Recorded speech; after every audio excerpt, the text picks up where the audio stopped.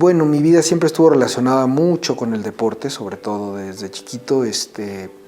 Pues yo jugué fútbol de los 7 a los 36 años, más o menos, o sea, casi 30 años o por ahí.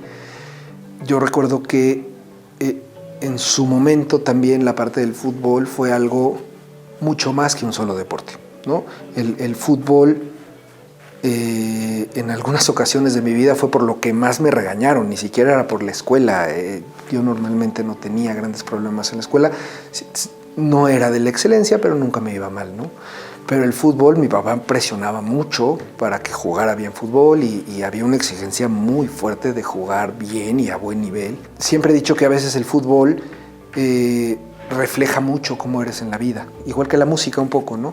El fútbol, dependiendo de cómo juegas, es como te desarrollas en muchas ocasiones. O sea, hay gente que no le gusta entrar muy fuerte y que juega tranquilo y que es muy talentoso, pero no le gusta que lo toquen. Y hay gente que es súper entrona y hay muchas maneras de jugar fútbol y ahí vas viendo. En mi caso, de alguna manera yo en un principio fui como más fino, no me gustaba mucho el contacto tan fuerte cuando fui más chico y poco a poco eso fue cambiando.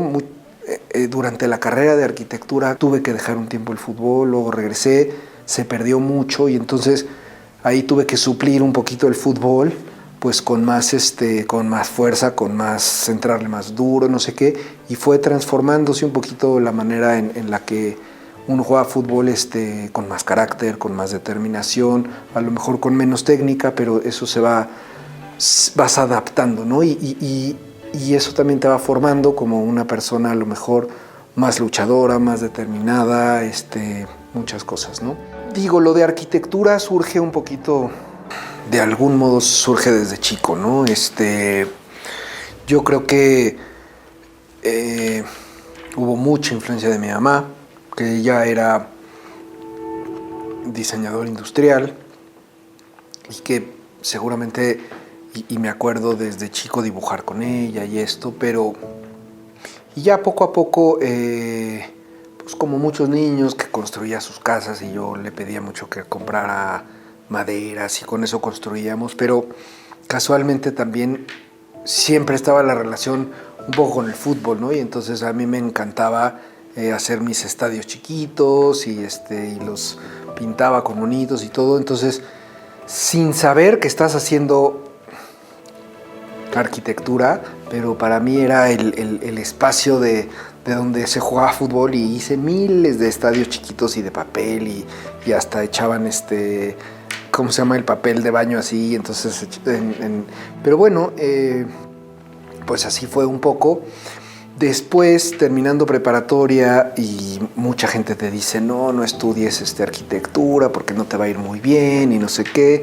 Yo ahí me tomé 6 meses, en donde fue donde más estuve metido con cuestiones de música. Y bueno, por cuestiones de música luego como que me hizo cambiar un poquito de pensamiento y me metí a otra carrera y luego dije, no, es que me equivoqué, ¿no? Lo mío es arquitectura. Entonces ya regresé a arquitectura, terminé arquitectura y viene toda esta parte. Yo hice arquitectura como de 94 a 98. Viene toda esta crisis de la que ya platicamos y empiezo a leer y muchos años después fue que tomé un primer diplomado de filosofía. Me gustó muchísimo. Como a mí me había tocado trabajar prácticamente desde tercer semestre de la carrera de arquitectura, sinceramente al final de la carrera yo estaba agotado porque era una carrera muy exigente, más aparte trabajando. Entonces yo recuerdo que yo decía, lo mío no es la escuela, lo mío ya es trabajar y ya. Pero cuando regresé a tomar el primer diplomado de filosofía me encantó y me volví a conectar con la parte académica, con la parte del estudio, me gustó muchísimo.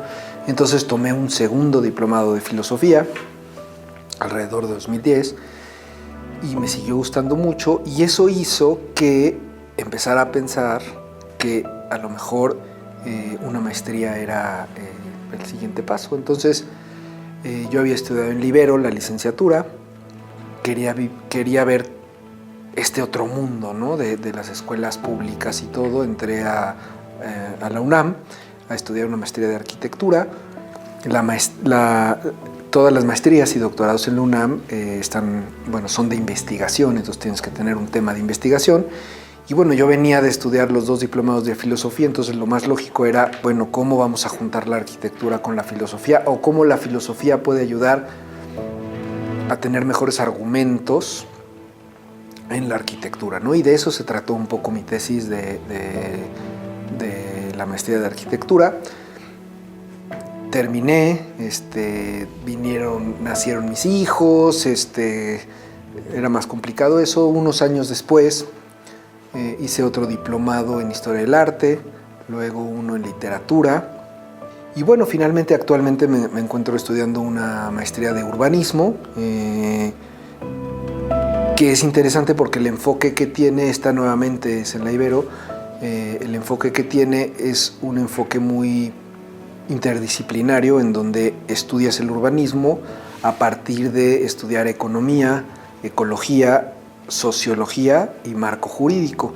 Y entonces, entendiendo esas 4 disciplinas, entiendes mucho más la cuestión urbana. Esta cuestión de metodologías sistémicas que pueden aplicar muy bien para el urbanismo, también pueden aplicar muy bien para la arquitectura, ¿no? Y entender esta arquitectura como una disciplina mucho más interdisciplinaria, en donde no el arquitecto es el que normalmente tiene que dominar todo y a la estructura, sino que formar equipos en donde todo sea importante y se pueden llegar a soluciones mucho más integrales y nunca sabes de dónde pueda venir la solución arquitectónica, ¿no? O juntar, o que la misma arquitectura y estructura sean una misma cosa, ¿no? Que eso sería muy interesante. El trabajo te forja y en el trabajo te puedes realizar, ¿no? Y que no necesariamente solamente debes de tener un empleo para ganar dinero y que no te guste a lo que te dediques. Eso para mí no cuajaba, no era algo que hiciera sentido. O sea, creo que te tienes que encontrar a ti mismo a través de tu profesión y a través de lo que haces, ¿no? Por medio de tu profesión pones un granito de arena a tu sociedad, ¿no? ¿Qué estás ayudando a que mejoren las cosas? ¿De qué manera, no? ¿Cómo puede ser por medio de la filantropía, pero es mínimo, ¿no? O sea, más bien es con tu quehacer del día a día. ¿Cómo puedes, por medio de tu quehacer, poner un granito de arena para que las cosas estén mejor en tu país y en tu comunidad y en tu sociedad, ¿no? Tú vas viendo que hay gente cercana a ti que se empieza a desarrollar económicamente y que tú estás limitado, ¿no? Y entonces también hay una parte de frustración ahí porque dices, bueno, yo trabajo mucho antes que muchos y todavía no puedo comprar mi departamento, mi coche, ¿no? Entonces, pero bueno, o sea, pero también eso te forja. También eso te forja como alguien que lucha, ¿no? Que quiere salir adelante y que ante la adversidad nunca se deja vencer, ¿no? Bueno, siempre me ha gustado mucho Le Corbusier, ¿no? Creo que Le Corbusier inició muchísimas cosas, ¿no? Rompió con muchísimas cosas, hizo la planta libre, hizo la fachada libre, logró en el edificio de Marsella resolver y reducir a un 33% las circulaciones, metiendo los departamentos a dobles alturas. Entonces verdaderamente transformó muchas cosas. Siempre ha sido un referente para mí, ¿no? Durante la maestría de arquitectura y estudiando mucho a Otto Leischer de la escuela de la ULM, me gustó, me encantó su manera de pensar, y él me hizo voltear a ver mucho más a Foster. Yo ya había visto muchas cosas de piano que me gustan mucho.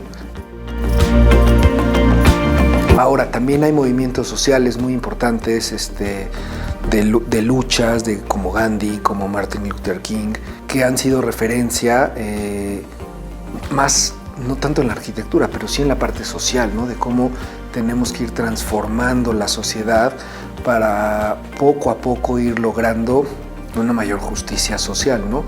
Y yo siento que en los últimos años, en ese sentido, se ha retrocedido mucho. Se ha retrocedido mucho de lo que fueron los 60s o 70s, ¿no?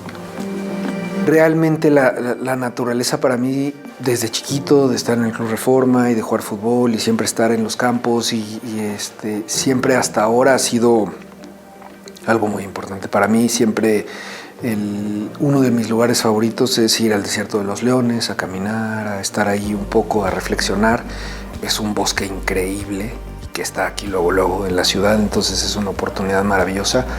Pero también, por ejemplo, toda la cuestión del mar siempre ha sido muy importante, ¿no? Ahí le di el anillo a mi esposa, ahí nos casamos, o sea, siempre ha habido como una conexión hacia eso. Entonces, me parece que la naturaleza siempre ha estado ahí, siempre ha sido algo muy importante, aunque a veces no sea tan consciente, ¿no? Siempre he pensado que dentro de las ciudades deberían de haber, no sé cómo llamarlos, como extractos de naturaleza en el que no necesariamente tendrían que ser perfectamente planeados, sino podrían ser como más salvajes, un poco como lo que decía Nietzsche y Freud de esta conexión más con el ello, con esta parte más primitiva del ser, en donde todos los parques que tenemos son perfectamente trazados y perfectamente caminos, y eso, salvo algunas excepciones, ¿no? Hay ciertas partes dentro del bosque de Chapultepec que sí parece el bosque como tal, o como el Desierto de los Leones, ¿no? Ahí sí, pero ese está afuera de la ciudad, ¿no? Pero el tener ciertos espacios de naturaleza totalmente libre, salvaje y eso, yo creo que le hace mucho bien al ser humano porque reconecta consigo mismo, ¿no?